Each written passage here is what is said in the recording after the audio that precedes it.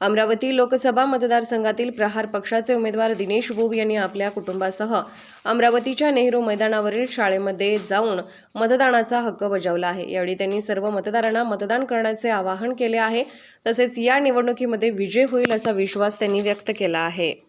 अमरावती लोकसभेच्या अंतर्गत मतदान आहे। सर्व देशभरातील मतदारांना आवाहन करतो, मतदान हे लोकशाहीचा सगळ्यात महत्त्वाचा दिवस आहे। आपल्या मतदानाचा पुरेपूर उपयोग करा। कुठलाही हलगर्जीपणा, कुठलाही टाळाटाळ न करता मिळेल त्या वाहनाने मतदान केंद्रावर पोहोचा। स्वतःही मतदान करा, इतरांनाही प्रेरित करा व योग्य प्रकारे मतदान करा। 100% लोकांवर विश्वास आहे आमचा। लोक योग्य गोष्टीचं मूल्यमापन करून योग्य कार्याचं मूल्यमापन करतील।